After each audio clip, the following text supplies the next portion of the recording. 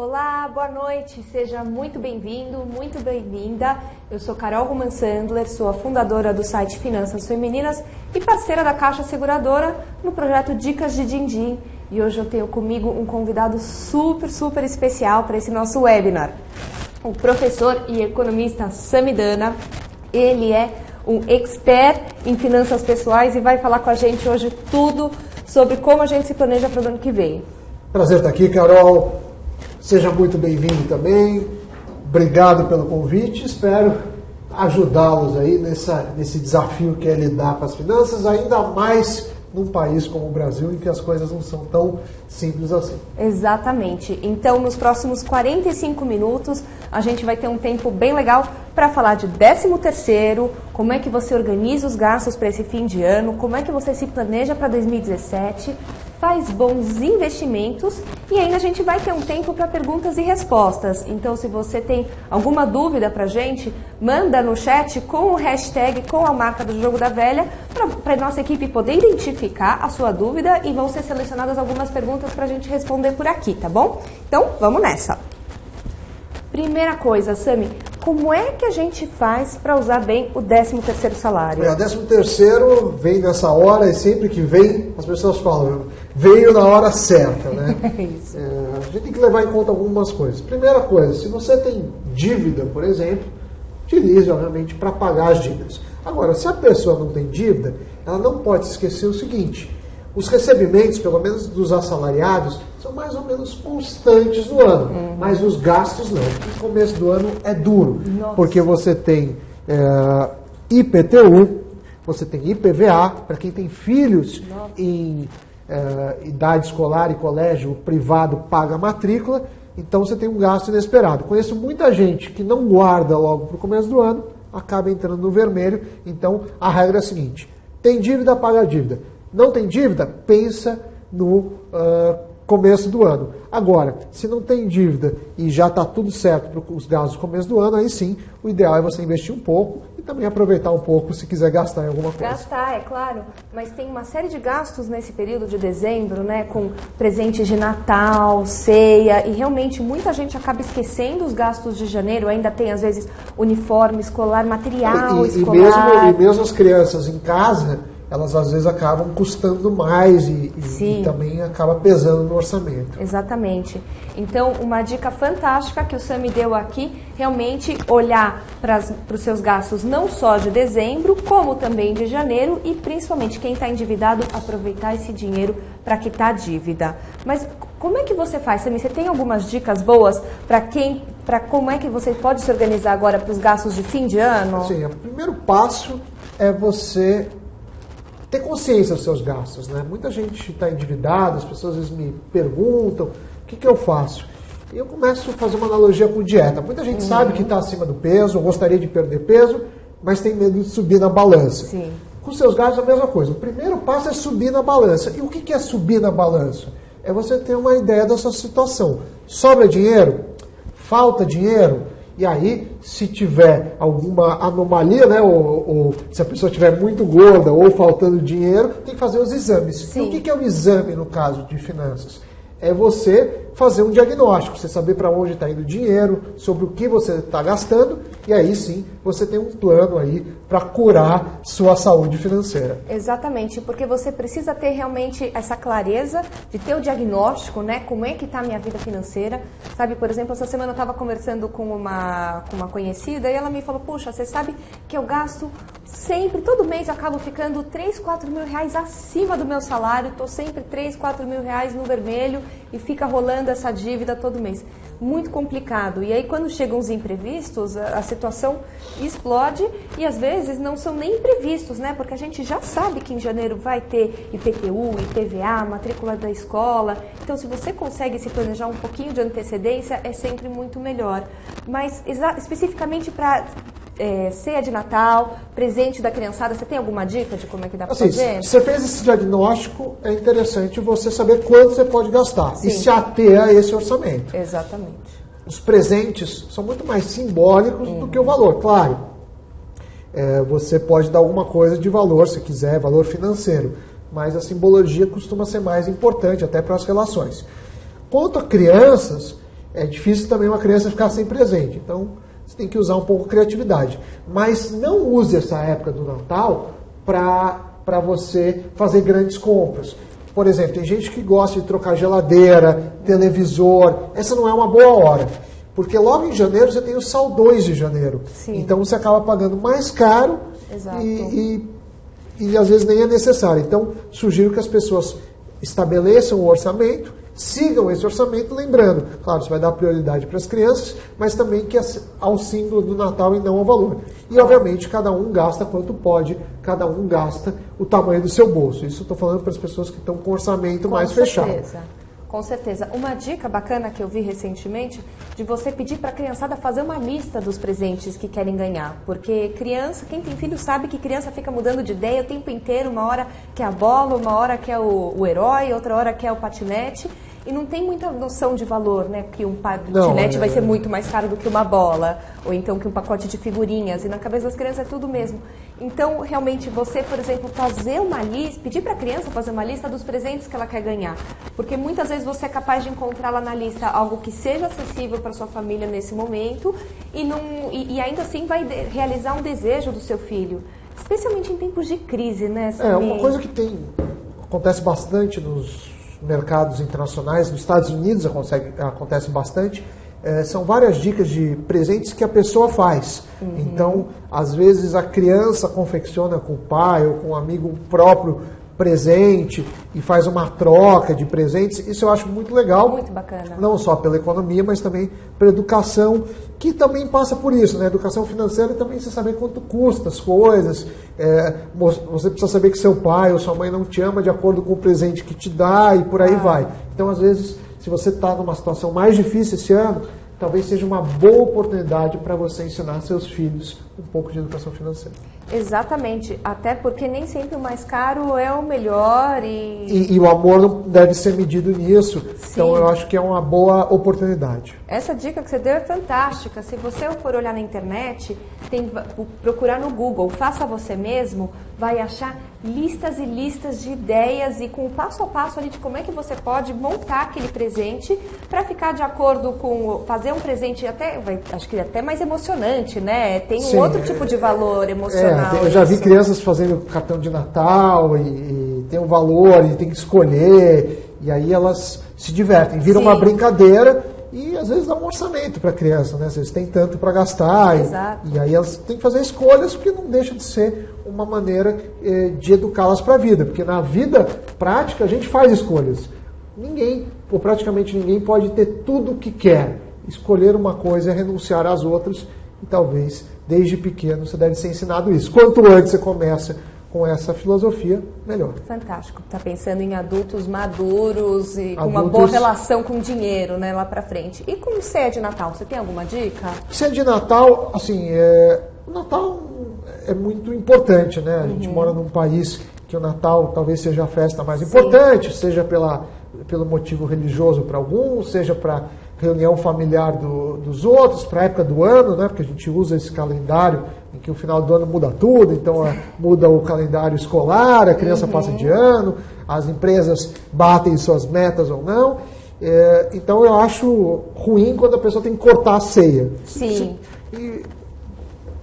Sobretudo porque ela dá importância naquilo, você vai pedir para a pessoa cortar. Então, um dos erros comuns em ceia de Natal, e acontece muito no Brasil, é que as pessoas fazem tanta comida que a pessoa fica comendo aquela ceia durante 2 semanas. É a síndrome da mãe italiana, né? E isso é um problema. E de um lado é um problema, e de outro são gastos a mais. Então essa é a primeira dica, assim, faça, claro, não tem problema sobrar um pouco, mas não precisa sobrar o suficiente para 4, 5 ceias, é um exagero.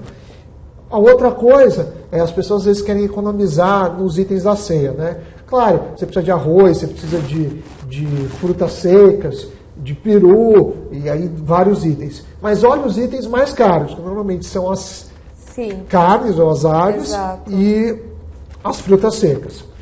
Outra dica que eu também tenho um amigo meu que já fez isso, é a bebida nos itens mais caros. Sim, com certeza. Então as pessoas tem que ter um plano aí para comprar uma bebida que tem um bom custo-benefício e às vezes não começar a servir muita bebida antes, porque aí não só as pessoas bebem muito, como às vezes acontecem alguns contratempos e inconvenientes por causa disso. Com certeza. Você acha que vale a pena também nesse tempo, ainda mais nesse tempo de crise, que tem muitas famílias que estão sofrendo com desemprego, ou então que estão tendo uma diminuição na renda, pensar em, por exemplo, dividir a responsabilidade da ceia, cada um traz um prato, alguém traz a bebida? Depende da condição de cada um, mas se está todo mundo numa dificuldade, eu acho que tem que ter uma... Ou alguém faz e depois divide os custos, ou cada um traz um prato. Acho que o mundo moderno, assim...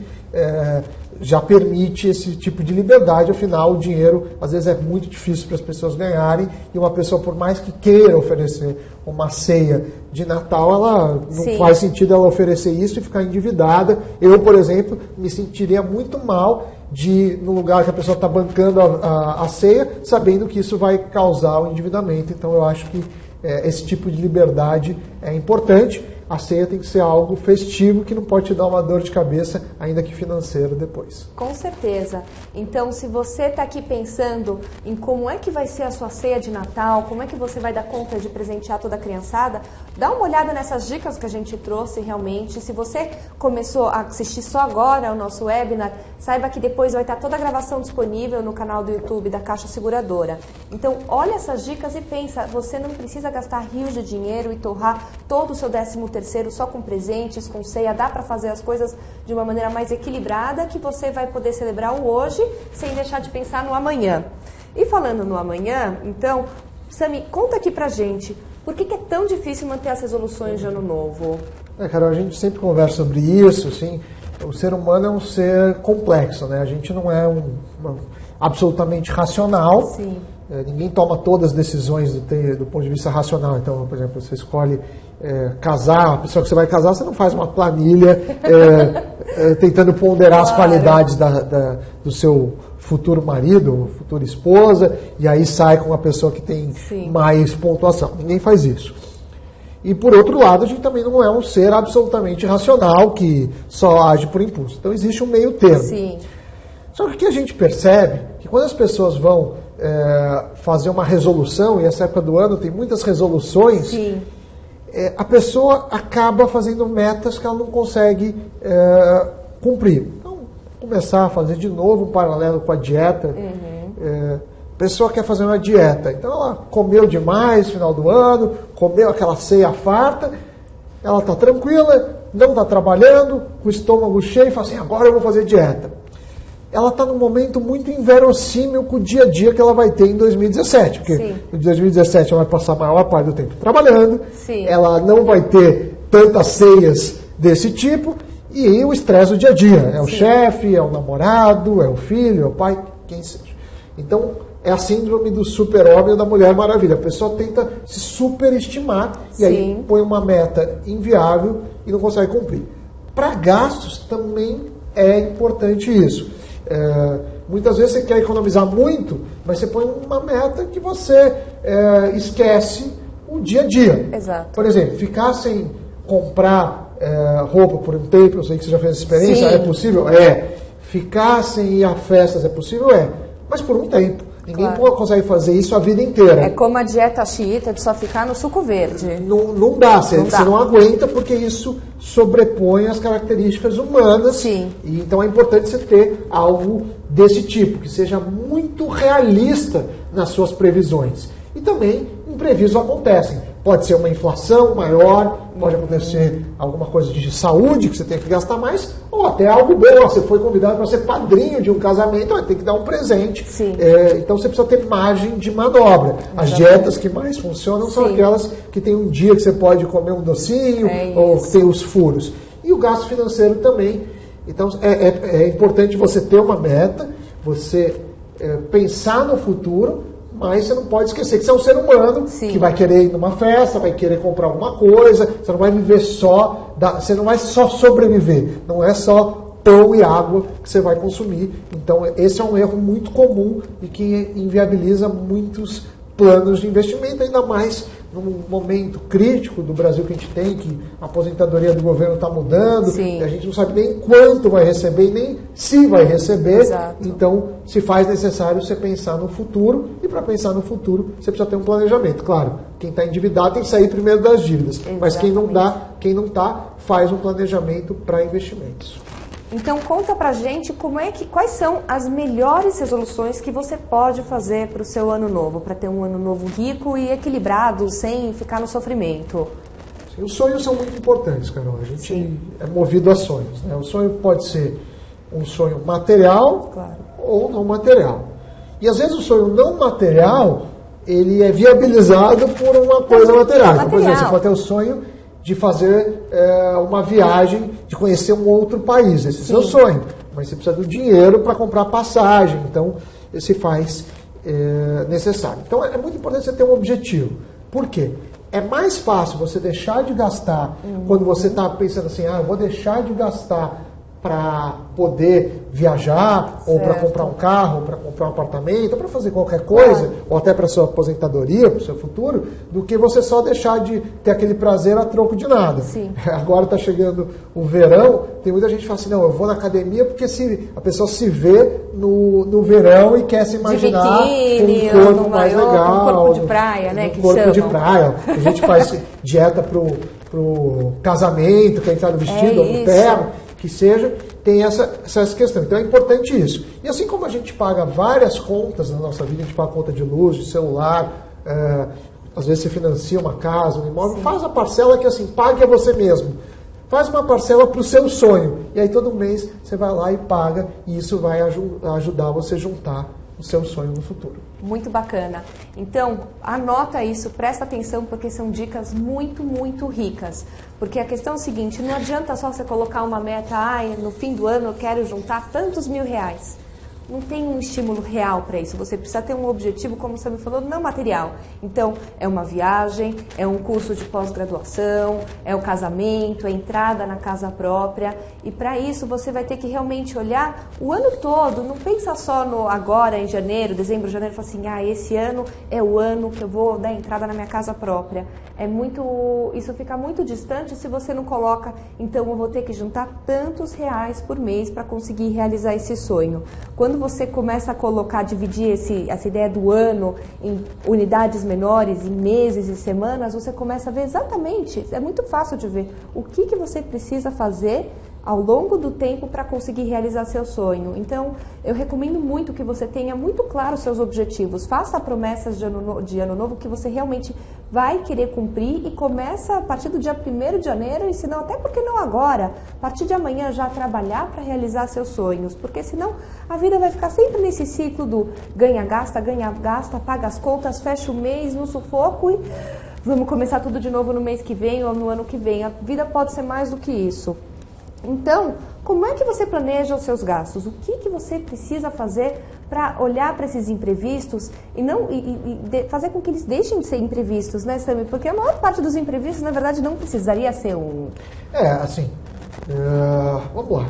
Você tem vários gastos. Eu gosto de chamar gastos que é seu padrão de vida básico e gastos do padrão que não é básico. Como eu chamo isso? Se você mora num apartamento alugado ou não alugado, tem um custo aquele apartamento. E você não vai mudar isso no curto prazo. Então, se for alugado, tem o valor do aluguel, do condomínio, do IPTU. Conta de telefone, luz e gás.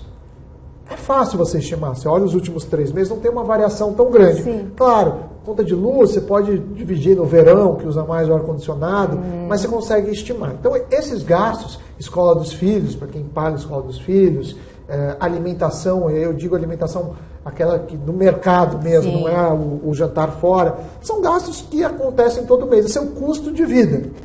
Então, é importante você ter estabelecido isso, e aí eu sugiro que não ultrapasse 50% dos seus rendimentos para isso.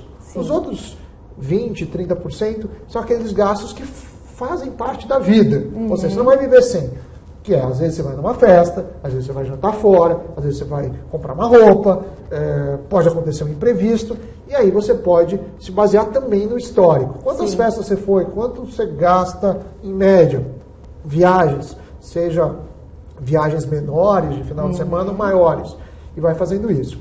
E aí o restante é interessante, que não é gasto, aí você transforma em investimento. Legal. Mas essa estrutura, olhar o histórico e as suas intenções. Mas muita gente olha o histórico e fala, fui muito em festa. Então gastei, em média, R$400 em festas, ou em baladas, em saídas, por mês durante 2016. Ano que vem não vou fazer nada disso. É muito improvável que a pessoa não faça nenhuma festa. Então, às vezes, de R$400 que a pessoa gastou por mês, cair para 100 ou para 200, ela já está economizando. Então, isso que eu chamo de você humanizar os seus orçamentos e seu planejamento. Muito bacana, porque eu tenho uma dica também que eu gosto bastante de dar, que é o seguinte, é muito nessa linha do que o Sami falou. Você começa a olhar quais são os seus gastos frequentes, aqueles que você vai ter realmente todo mês, e também olha os eventuais, mas não faz isso de cabeça. Pega, senta, anota num caderno, se você gosta de mexer em planilha, abre uma planilha e começa a somar esses gastos, quanto eles foram ao longo desse último 1 mês, às vezes até 3 meses. Vale a pena às vezes baixar o extrato da sua conta no banco, na internet, e ver exatamente onde foi o seu dinheiro. Quando você começa a ver, você já começa a sentir onde estão as oportunidades de cortar aquilo, quais são os gastos que você nem lembrava que tinha tanto, mas somando eles ao longo do tempo tem um impacto na sua renda, e começar a olhar aqueles imprevistos, tipo, como a gente falou aqui, por exemplo, matrícula escolar, vai ter que comprar material, depois a gente sabe que vem Dia das Mães, vai querer dar um presente Dia das Mães, tem as datas festivas todas. Então, você olhar isso como um todo, somar esses gastos eventuais, dividir por 12, você já começa a saber também quanto você tem que guardar por mês para conseguir realizar tudo isso. Pois é, preveja o imprevisto. Isso. Assim, muitos dos gastos que as pessoas chamam de imprevistos não são tão imprevistos. Exato. É comum vocês querer dar um presente. Claro. Assim. Então, você pode tentar estimar. E aí, se você for errar, tudo bem, gastou um pouquinho a mais ou um pouquinho a menos, mas não vai ser uma diferença tão significativa. Sim, exatamente. Porque aí tem os imprevistos que são imprevistos mesmos, e eles acontecem, e é por isso que é tão importante ter dinheiro guardado para eles, mas a gente já vai falar disso. Lembrando só, se você tem uma dúvida, manda aqui no chat, coloca só o hashtag na frente, o símbolo do jogo da velha, para a gente poder identificar aqui a sua dúvida, que a gente já vai chegar lá, tá bom? Então, como é que você consegue guardar dinheiro todo mês? Sam, tem alguma dica?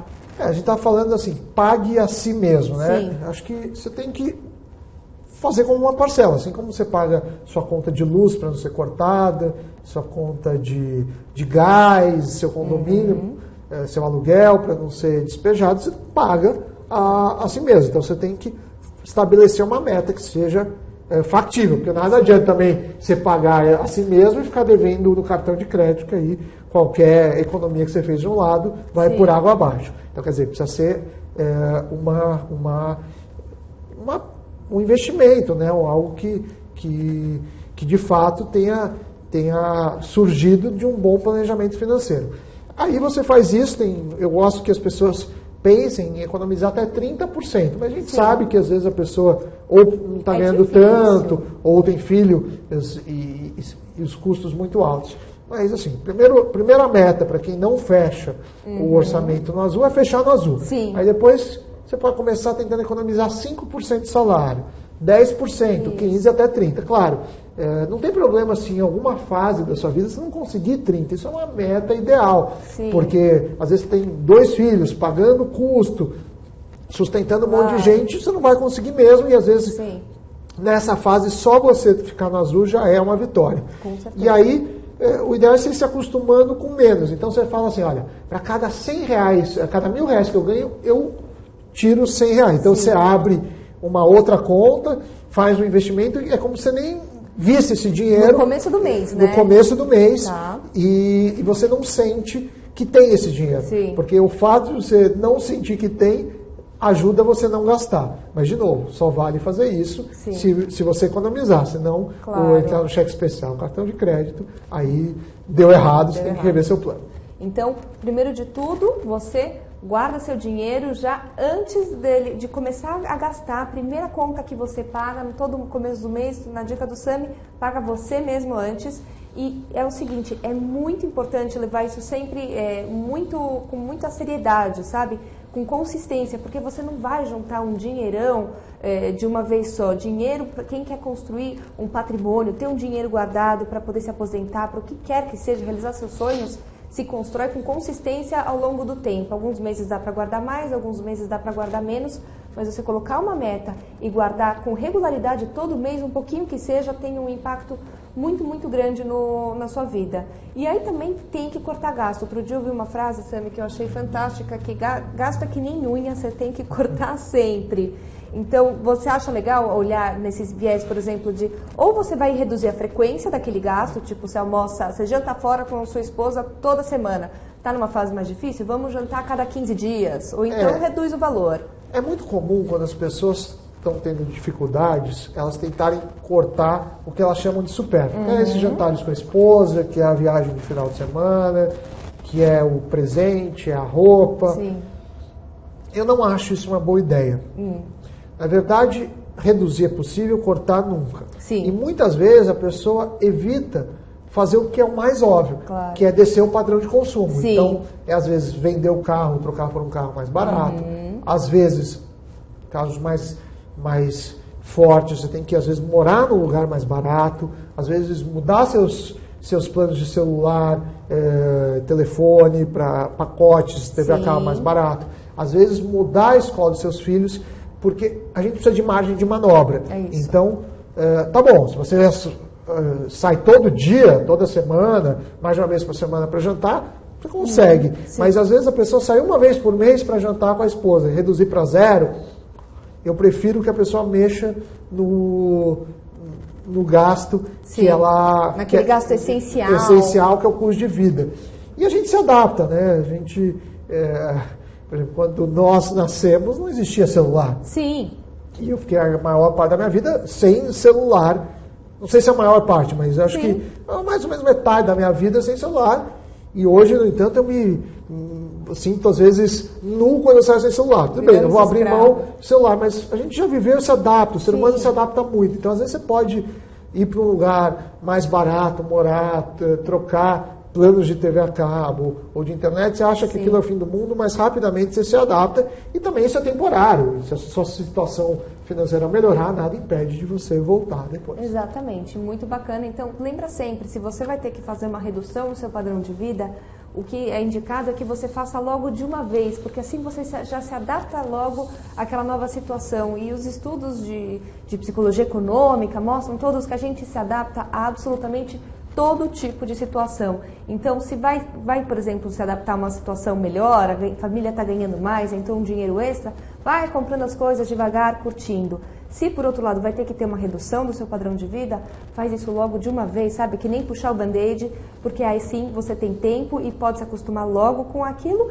e começar a montar um novo padrão de vida que vai ser mais adequado para a sua situação, para poder, de novo, olhar para frente. Eu acho que o legal de finanças pessoais é quando a gente começa a olhar para o futuro e pensar na realização dos sonhos, porque às vezes vender o carro, comprar um carro mais barato, com uma manutenção que vai ser mais acessível, então até ficar um tempo sem carro, acontece, faz parte da vida, mas pensar, a vida é muito mais do que só esses gastos do dia a dia, sabe? Acho que é importante a gente ter esse viés. E aí, você me começa a entrar na questão dos bons investimentos. O que você precisa fazer para saber onde colocar seu dinheiro? Olha, depende de vários fatores, mas vamos tentar fazer uma síntese do que a pessoa tem que saber. Primeiro, você tem que pensar que o Brasil é um país complexo em termos de imposto. Sim. E aí tem investimento que é isento, tem investimento que tem impostos maiores e investimentos menores. Então você tem que primeiro saber comparar, porque uma rentabilidade X em algo sem imposto não equivale a X em algo com imposto. Sim. Primeira coisa. E também não é porque algo não tem imposto que é melhor. Que é melhor, claro. Então, primeiro você precisa entender minimamente esses produtos financeiros. A outra coisa, que existe uma máxima em finanças, que é assim, para você ganhar mais, você tem que assumir risco. Mas nem todo risco que você assume te dá mais. Sim. Então, quer dizer, tem muitos produtos que têm um risco grande e que você ganha menos. Sim. Então, não é porque tem risco que algo é bom. Exato. Então, assim, tem que primeiro ser bom para depois se avaliar o risco. Sim. Então, isso também é uma falácia, muita gente acaba se complicando isso. Muita gente acredita mesmo que vai ter mais risco, vai ter mais retorno e acaba indo cego naquilo. E então... acaba tendo grandes prejuízos. Sim. E aí eu acho que a terceira e última dica, depois a gente pode entrar em alguns produtos, que assim, você vai ganhar no que você faz de melhor. Então, Sim. se você é médico, você vai ganhar em medicina. Se você é advogado, você vai ganhar em advocacia. Se você é técnico de som, você vai ganhar fazendo a sonorização de algum Sim. lugar. O mercado financeiro tem por objetivo proteger, em primeiro lugar, seu poder de compra, ou seja, acompanhar a inflação e, se der, os juros. Agora, se você quer ganhar mais dinheiro, um médico quer ganhar mais dinheiro no mercado financeiro do que com medicina, algo estranho. Ele estudou 20 anos para aquilo, 10 anos, sei lá quantos anos para fazer aquilo, e ele ganha mais dinheiro em outro lugar, ou ele não é um bom médico, Sim. ou ele é um talento que está na área errada. Então, a gente tem que olhar o mercado financeiro como um instrumento. Sempre que vem alguém com um milagre, que você vai ficar rico, costuma ser uma grande mentira e ter um risco muito grande embutido. Então, desconfie muito de grandes milagres e faça coisas razoáveis. Proteger o patrimônio e, se der, claro, ganhar um pouco de juros. Mas não existe grandes milagres, ainda que estamos vivendo num país que a taxa de juros é alta e que ajuda. Mas, assim, eu não conheço ninguém que era ruim na profissão e ganhou dinheiro no mercado financeiro sem assumir um risco grande ou sem ter um grande prejuízo em algum momento. Com certeza. Eu acho que é muito importante notar que quando a gente está falando de investimento, fica todo mundo pensando, a rentabilidade, isso aqui rende tanto no mês. O que você tem que olhar é no longo prazo, você tem que olhar o acumulado disso ao longo dos anos. Porque um investimento que pode parecer render pouco em um mês, você fala, puxa, 1%, a inflação ainda come uma boa parte disso, fica tão pouquinho, fala assim, nem vale a pena. Não é verdade, porque quando você olha isso no acumulado ao longo do tempo, o impacto que isso tem na sua vida financeira é muito grande. Então, juntar dinheiro não é uma coisa de um mês para o outro, é um projeto que se faz com disciplina, com consistência ao longo do tempo, para conseguir construir um patrimônio. Parece coisa de só gente rica tem patrimônio, esquece, não é para mim. Não é verdade. Todo mundo tem condição, se você conseguir guardar um pouquinho do seu salário que seja, sabe? A regularidade é mais importante às vezes do que ficar decidindo se é um CDB ou uma LCI. Não olha tanto para isso. Pensa, o principal é ter a regularidade para guardar dinheiro todo mês. E aí, antes da gente entrar nas nossas perguntas, Sami, eu acho que é legal a gente discutir aqui um pouquinho, até porque essa é uma época do ano que está se falando bastante nisso, ainda mais que tem gente que está com dinheiro a mais na conta, do 13º. Tem alguma forma de você aproveitar investimentos para poder, ainda de quebra, pagar um pouquinho menos de imposto no ano? Não, imposto de renda depende do seu tipo de tributação. Sim. Para aqueles que fazem a declaração do tipo completa, você tem algumas maneiras de abater o imposto. Então, você pode deduzir educação, até limites estabelecidos em lei. Então, se você fizer algum curso e pagar, e às vezes tem gente que faz um curso ainda que à distância agora, é um jeito. Saúde, que aí você fez algum médico particular, pode deduzir. Aí, claro, você não vai usar um médico propositalmente para isso, mas acontece. E aí sim você tem os investimentos incentivados, sobretudo o P de pato GBL. E aí esse PGBL você tem uma tabela de imposto menor. Então, como que funciona? Vamos até 12%. Então, se você tiver uma renda tributada de R$100 mil no ano, até 12%, nesse caso 12 mil, você pode deduzir. Então, você pega os 12 mil, Carol, e deduz, você investiu 12 mil, sua base tributada, nesse caso, vai ser 88 mil. Sim. Esses 12 mil vão ser investidos. E aí vamos supor que eles se transformaram daqui a 5 anos em 20 mil. Quando você resgatar, e se você resgatar os 20 mil daqui a 5 anos, vai juntar com as suas receitas e vai ser tributado. Então, você está postergando o imposto, ou seja, você está deixando para pagar depois. com a vantagem, e aí depende do tipo de tabela, tem a tabela progressiva, que é de acordo com o valor, e a regressiva, que é de acordo com o tempo, você pode pagar menos imposto. Então você tem duas vantagens. Você joga para frente o pagamento e pode potencialmente ter uma alíquota menor. Na regressiva, você pode chegar para investimentos em prazos superiores a 10 anos a uma alíquota de 10%. Já nos outros investimentos de renda fixa, a menor alíquota é 15%. Então você tem 5 pontos percentuais. Na progressiva, depende de quanto você ganha. Porque vai juntar esse valor com a base do imposto. Então quem ganha no teto, se fez a progressiva, teve uma desvantagem. Você vai pagar 27,5%. Agora, para quem não ganha quase nada, pode até ficar isento. Por isso é muito importante você fazer a conta. Agora, essa é a parte do benefício. Você tem que olhar o custo. O que é o custo? Esses planos de previdência, eles não são gratuitos.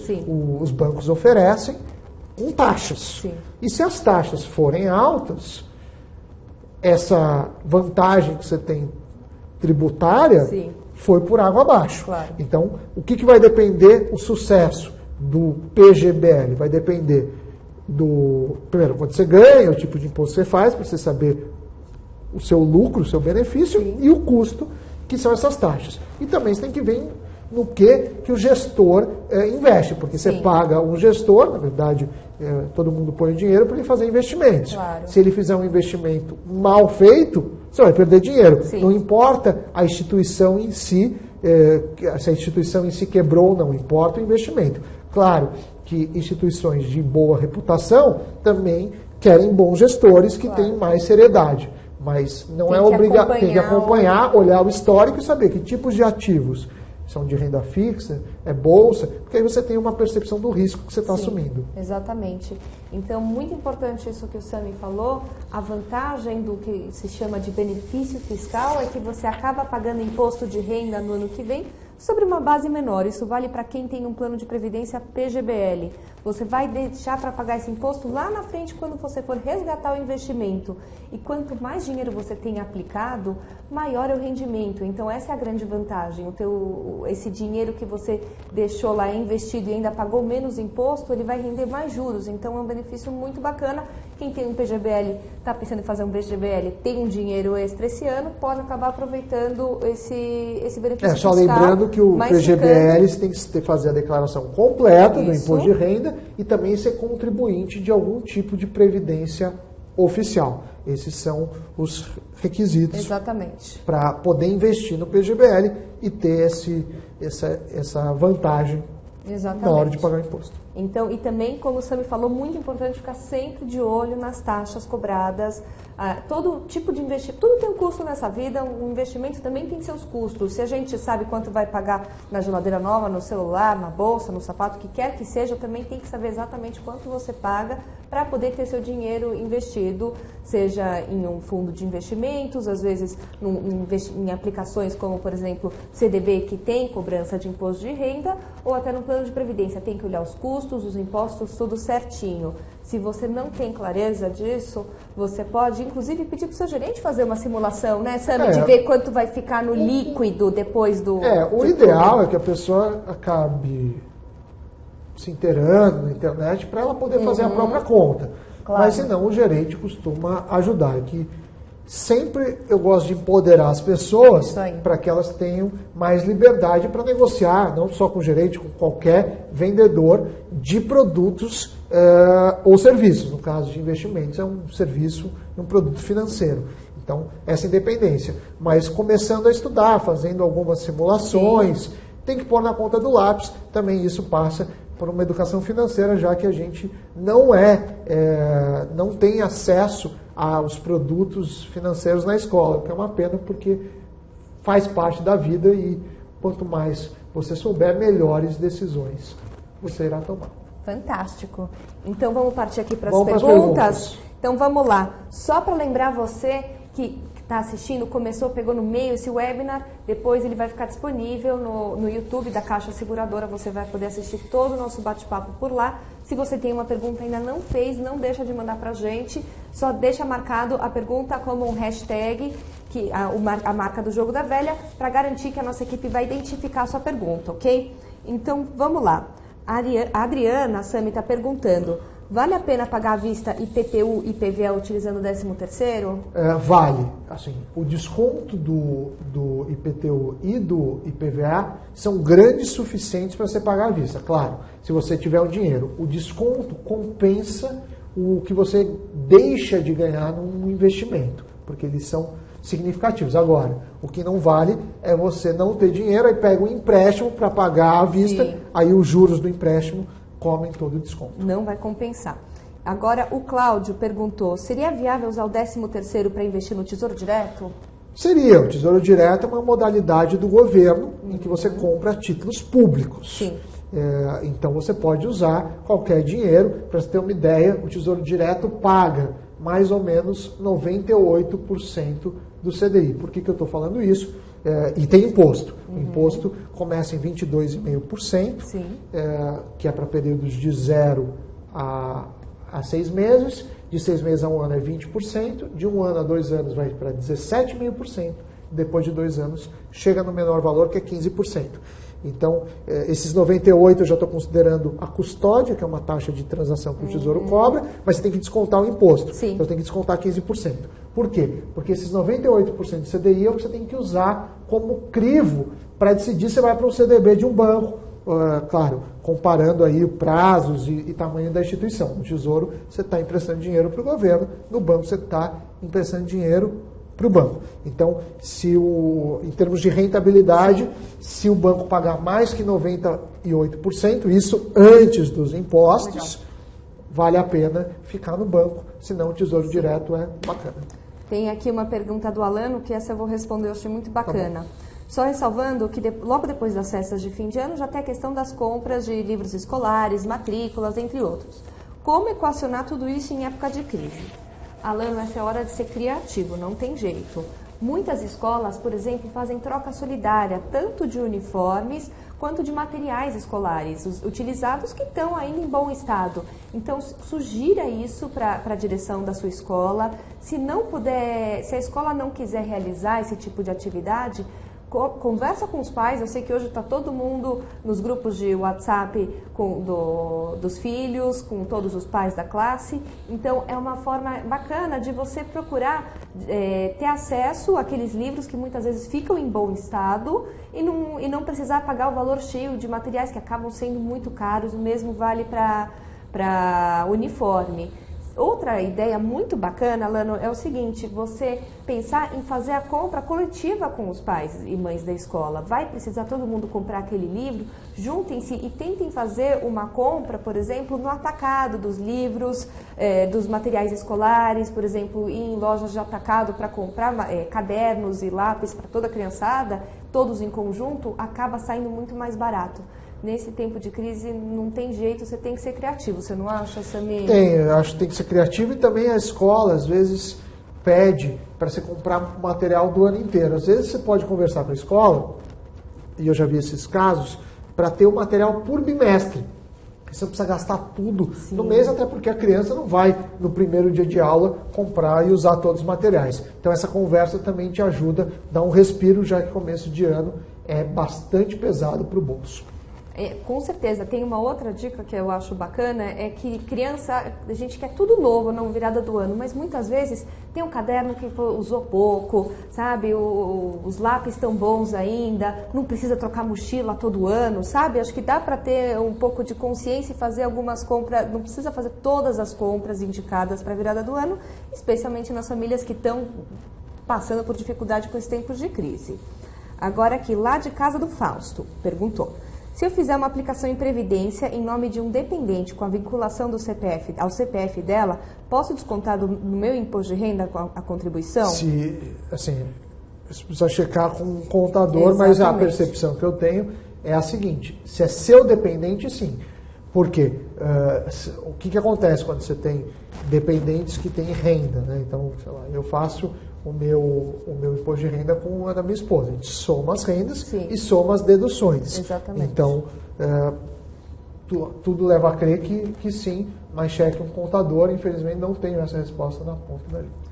Olha, G. Lopes perguntou, como saber o melhor investimento num momento tão turbulento quanto o atual? Então, não dá para saber. A gente não faz milagre. Agora, o que eu posso dizer para você é que investimentos ligados ou ao CDI, que é a taxa que os bancos trocam dinheiro entre si, que fica muito próxima da Selic, que é 3,75% ao ano neste momento, ou a Selic em si, são confiáveis. Por quê? Porque se você ganhar 98% do CDI ou 100% do CDI, você vai ganhar. Tem dia que pode ganhar um pouquinho mais, mesmo se você está ganhando sempre. Então, é um bom investimento.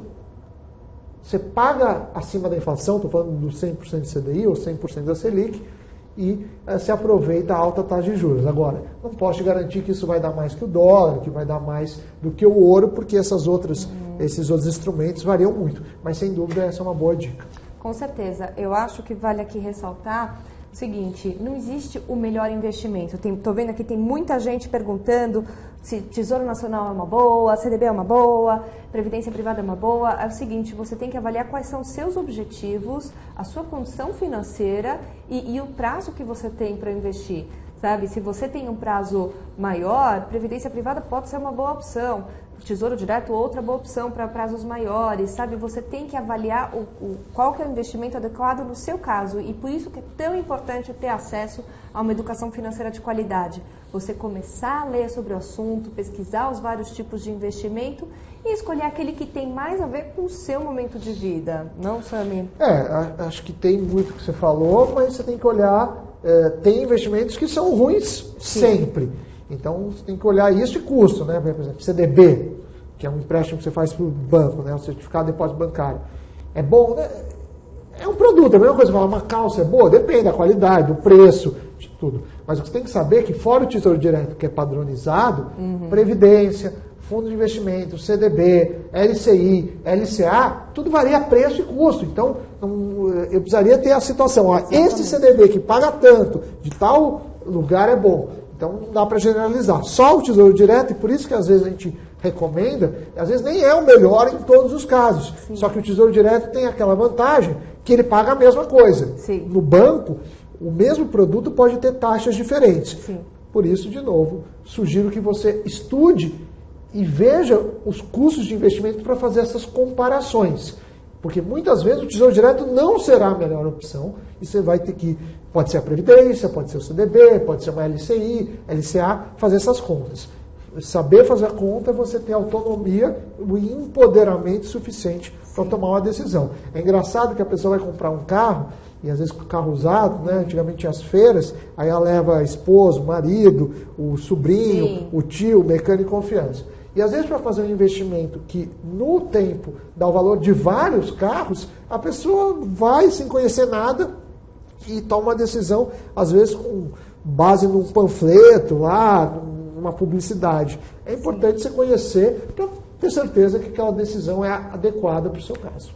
Olha, e aproveitando até que a gente está falando aqui de educação financeira, Claudevane Almeida está perguntando se a gente indica alguma planilha ou aplicativo de controle financeiro mensal.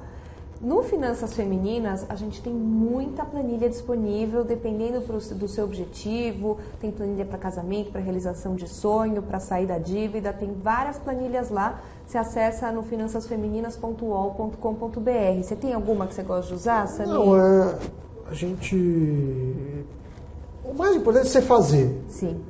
Planilhas tem vários, aplicativos vários, tem, por exemplo, na Globo News, a gente tem lá do Conta Corrente, mas o mais importante é você fazer, ainda que seja no papel, você pega uma caderneta e faça.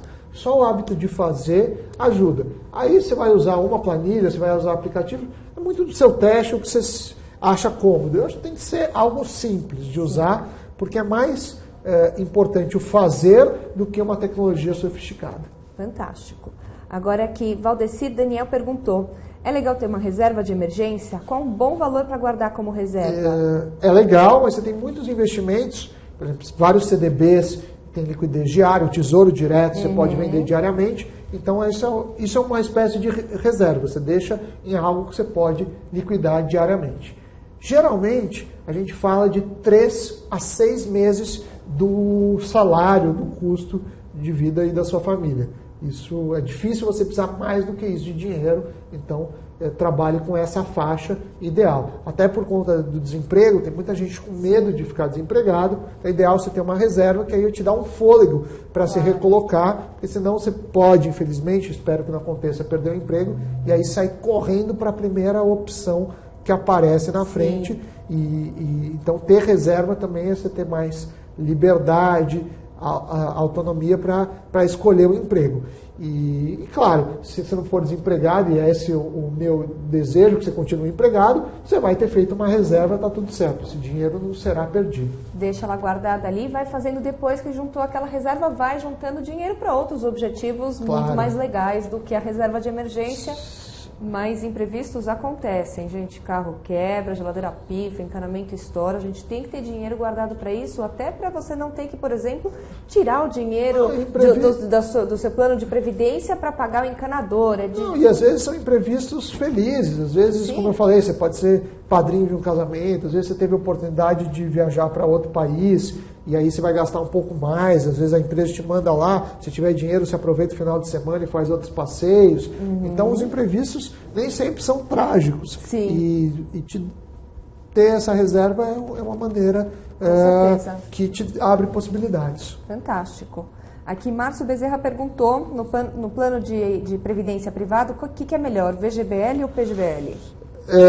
Então, teoricamente, o PGBL você tem mais vantagens. O PGBL, você tem essa redução no imposto de renda e a tabela é a mesma. Só que nem todo mundo tem acesso ao PGBL, porque ele precisa de declaração completa e você ser contribuinte de uma das previdências sociais. E também tem um limite de 12% da sua receita tributável. Então, você ganhou 100 mil no ano, até 12%, ou seja, 12 mil você pode pôr no PGBL. Se você não faz declaração completa, ou se você não é contribuinte de uma previdência oficial, ou até se você quer aplicar mais que 12%, aí é o VGBL, um V de vaca. Qual que é a diferença? Que como esse dinheiro do VGBL já foi tributado, você vai pagar os juros, ainda que tenha essas tabelas que eu expliquei no PGBL, que são menores, mas aí é só o imposto sobre os juros, porque você investiu 10 mil e esses 10 mil viraram 15, como esses 10 mil iniciais já foram tributados, os juros incidirão, o imposto incidirá apenas sobre os juros, que nesse caso que eu falei é de 5 mil.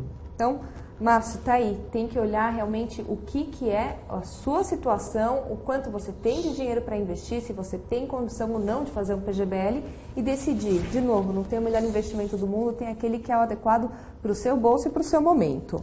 Aqui, Cláudio Roberto perguntou, nesse período problemático que o país está vivendo, investir em ações no Brasil seria uma boa alternativa? Eu tenho um estudo que é muito interessante, quem quiser pode visitar minha página, foi publicado já em vários lugares, todo ano eu faço uma atualização, a última vez foi publicado na minha coluna do G1, que chama Pra Mim Você Mentiu, mas a gente sempre dá um outro nome, que é o seguinte, a gente pega ações desde o início do Plano Real. Legal.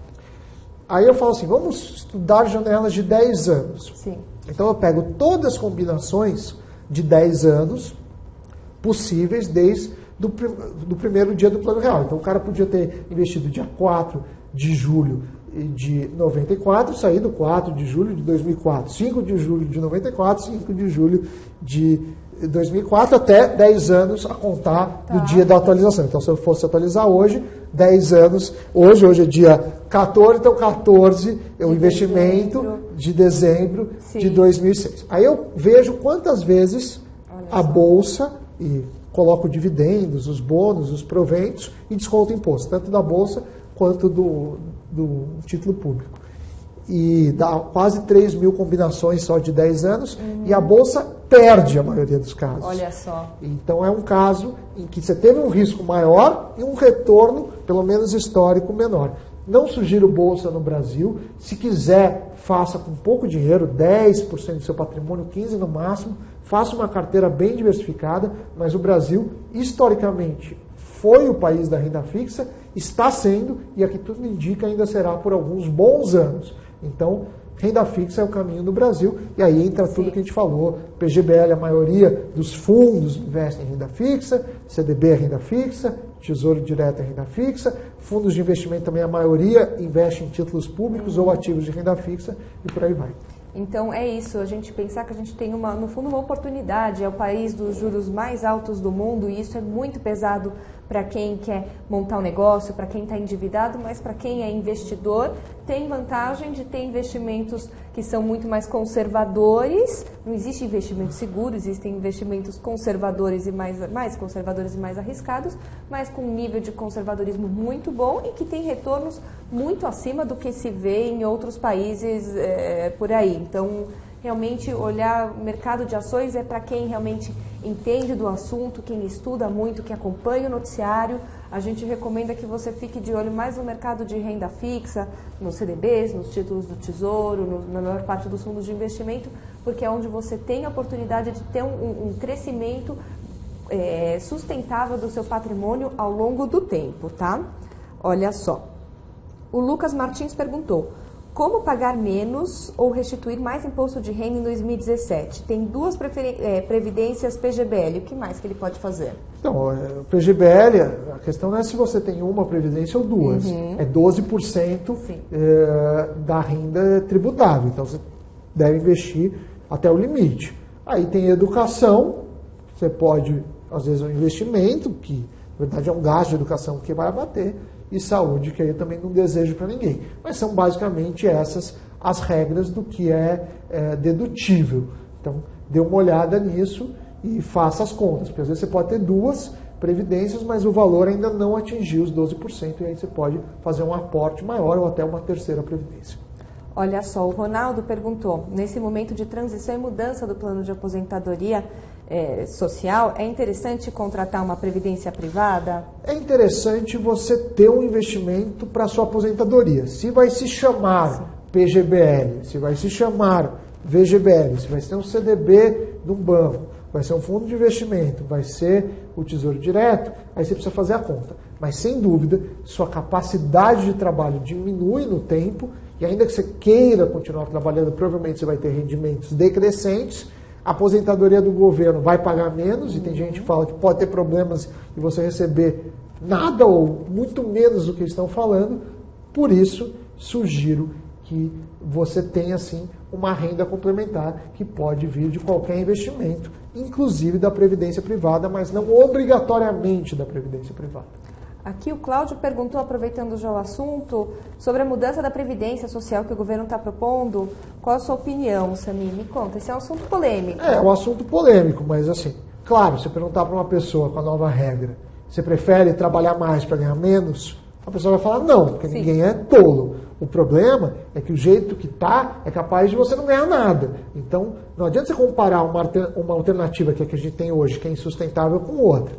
Na minha opinião particular, o governo deveria estudar algumas formas. Então, tem esse modelo, aquele, e as pessoas votarem um plebiscito nisso. Porque, para mim, previdência é uma coisa tão importante, que afeta a vida de tanta gente, que deveria ser votado em plebiscito as propostas. É muito complicado quando você tem uma única proposta e um não. O que eu sei é que o sistema atual é inviável. Então, precisa mudar. Como a gente só tem uma, entre o inviável e uma proposta, eu falaria, fica com essa proposta. Mas, como é um assunto muito sério, eu gostaria de ver outras propostas.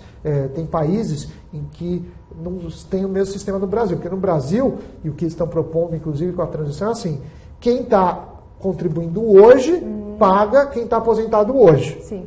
Não é individual, é no coletivo. Para mim, o que faz mais sentido é o seguinte: você ou eu, se a Carolina contribuiu vários anos, então vai abrir uma conta Carolina e, de acordo com a sua contribuição, você vai ganhar. E ser individualizado isso. Me parece mais justo. Ah, mas aí tem o cara que tem um caso especial. Tudo bem, aí você faz uma bolsa especial para ele, mas aí é um gasto do governo. Mas para grande parte da população, me parece mais justo você ganhar de acordo com a sua contribuição.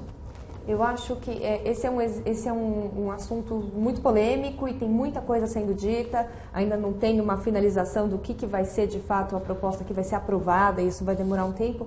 Mas eu acho que o mais importante de toda essa discussão é você olhar e assumir o protagonismo ao cuidar da sua aposentadoria.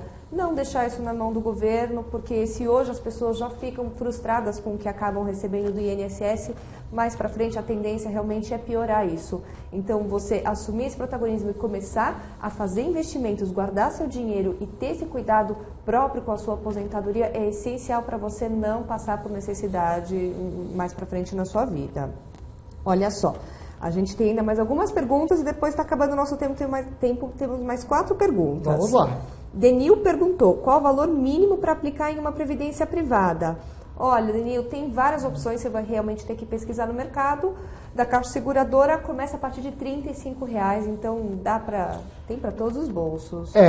Assim, eu não conheço os produtos da Caixa nem dos outros com detalhes, mas não existe um limite definido por lei. Cada instituição vai ter, mas eu não sabia, é pouco... Super acessível. Pouco dinheiro, eu já tinha visto de R$100, mas parece que tem desde 35.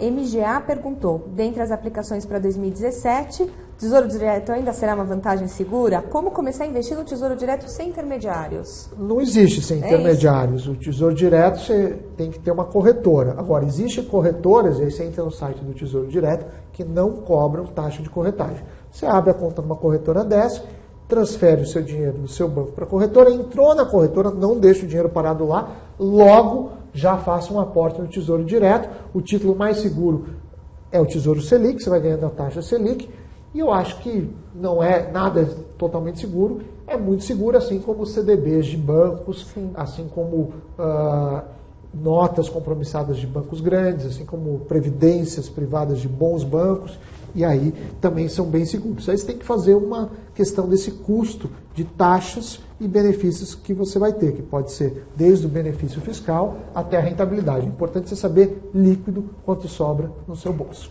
E Clau aqui perguntou, para finalizar, a última pergunta, Sami, qual que é o melhor investimento para viver de renda?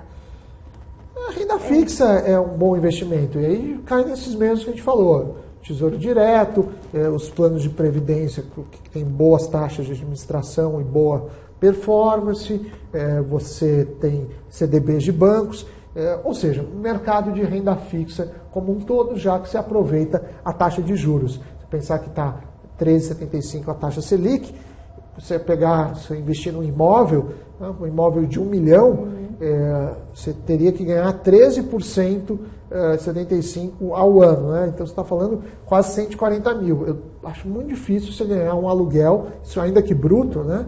De 140 mil no ano. Um imóvel de 1 milhão você teria que alugar por mais de 10 mil por mês, uma realidade distante. Então, me parece que esse viver de renda no Brasil ainda seja com produtos bancários, sobretudo de renda fixa.